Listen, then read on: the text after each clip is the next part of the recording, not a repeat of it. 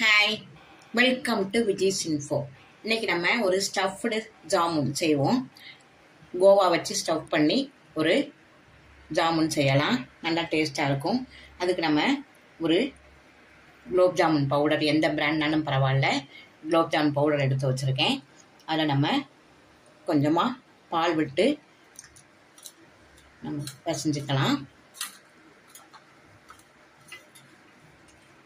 பாருங்கள், இந்த அளவில் மாவு பிசைஞ்சு வச்சு ஒரு தட்டு வச்சு மூடி வச்சிடும். 5 நிமிஷம் ஆகட்டும். அதுக்குள்ளே நம்ம ஜீரா காய்ச்சிடலாம் சர்க்கரையை போட்டு.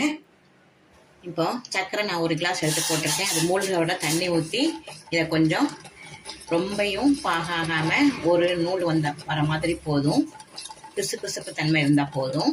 அது வரை நம்ம காய்ச்சி எடுத்துடலாம். இதில் நீங்கள் கலர் பவுடர் போடனா போட்டுக்கலாம். நான் ஒன்றும் போடலை.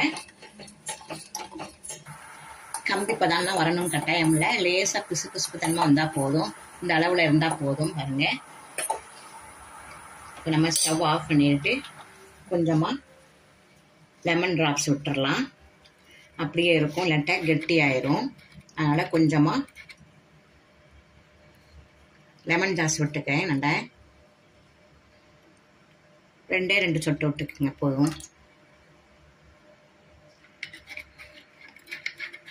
இது அப்படியே இருக்கட்டும். இப்போ நம்ம ஜாமுன் செய்யலாம். பாருங்கள், நான் இந்த ஷேப்பில் உருட்டி வச்சுருக்கேன். உங்களுக்கு எந்த ஷேப்பு பிடிக்குமோ அந்த ஷேப்பில் உருட்டிக்கிங்க. ரவுண்டாக கூட வச்சு நீங்கள் ஸ்டஃப் பண்ணலாம். அதுவும் ஈஸியாக தான் இருக்கும். இதுவும் நல்லா தான் இருக்கும். குழந்தைங்க சாப்பிட்றதுக்கு ரொம்ப இன்ட்ரெஸ்ட்டாக இருக்கும். பாருங்கள், இதில் இப்படி நம்ம ஒரு செவ்வக ஷேப்பில் உருட்டிக்கலாம். செவ்வக ஷேப்பில் உருட்டி இதில் நம்ம எண்ணெயில் போட்டு பொரிச்சு எடுப்போம். இப்போ நம்ம மிதமான சூட்டில் இப்போ நம்ம ஒன்றொன்னா பொரிச்சு எடுத்துக்கலாம். ஒன்றொன்னா போடுங்க, அவசரம் இல்லாமல். கொஞ்சம் பெருசாக இருக்கிறதுனால ஒன்றொன்னா போட்டு எடுத்துக்கலாம். நல்ல 2 பக்கம் இந்த கலரில் வந்த பிறகு இப்போ நம்ம எடுத்துடலாம்.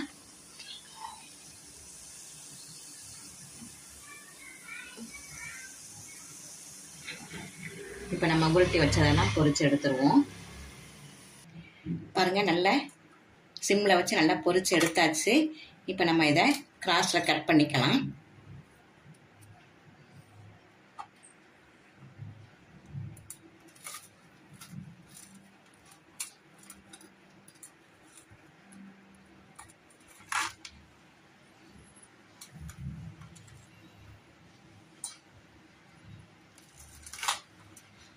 இப்படி 2 கட் பண்ணிக்கோங்க.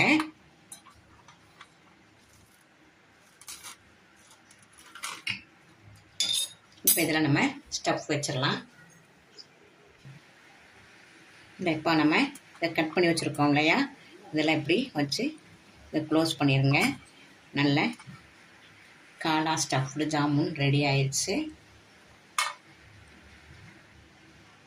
இப்போ நம்ம எடுத்து வச்சுருக்கிற கோவாவை இப்படி வச்சு க்ளோஸ் பண்ணிட்டோம்னா ஸ்டஃப்டு கோவா செமையாக நல்லா ரெடி ஆயிடுச்சு. பாருங்கள், நல்லா பார்க்கறதுக்கு இன்ட்ரெஸ்டாக இருக்கும். நல்லா இருக்கும் டேஸ்ட்டாக.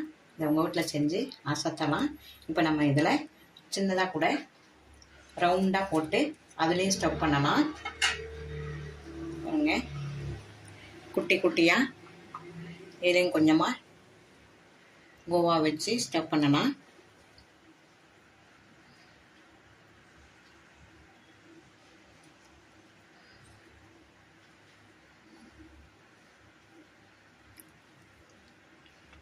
அசத்தலான காலா ஜாமுன் ரெடி ஆயிடுச்சு. பாருங்க,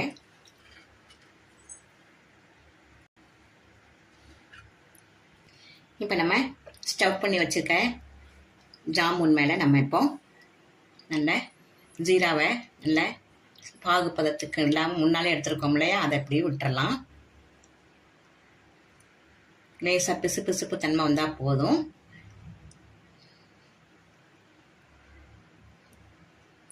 ஒரு 2 நிமிஷம் இல்லை ஊறட்டும். இது ஊறின அப்புறம் நான் உங்களுக்கு காமிக்கிறேன்.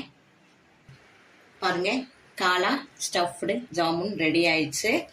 அசத்தலாக இருக்கும். இப்போ தான் நம்ம கொஞ்சம் பாகு ஊற்றிருக்கோம். 2 நிமிஷம் நல்லா ஊற சூப்பராக இருக்கும். நல்லா வெளியில் நல்லா முறுமுறணும், நல்லா உள்ள நல்லா ஸ்டஃப்போட நல்லா சாஃப்டாக இருக்கும். இப்படி கூட நீங்கள் கட் பண்ணலாம். இதை நீங்கள் எந்த சைஸில் வேணுனாலும் உருட்டி போட்டுக்கலாம். ரவுண்டாக வேணும்னாலும் ரவுண்டு போடலாம், சதுரமானாலும் சதுரம் போடலாம். உங்கள் இஷ்டத்துக்கு நீங்கள் எந்த ஷேப்னாலும் கட் பண்ணி அதில் ஸ்டஃப் வைக்கலாம். இதிலே நல்லா முந்திரி பருப்பெல்லாம் போட்டாலும் நல்லாயிருக்கும். பாதாம் பிஸ்தா எல்லாம் போட்டு ஒரு ஸ்டஃப் பண்ணி வச்சா கூட ரொம்ப டேஸ்ட்டாகவும் இருக்கும், நல்லாவும் இருக்கும். இந்த ரெசிபி உங்களுக்கு பிடிச்சிருந்ததுன்னா லைக் பண்ணுங்கள், ஷேர் பண்ணுங்கள், சப்ஸ்கிரைப் பண்ணுங்கள், பெல் ஐக்கானை தட்டி விடுங்க. மற்றும் ஒரு நல்ல ரெசிபியுடன் உங்களை சந்திக்கிறேன். பாய்.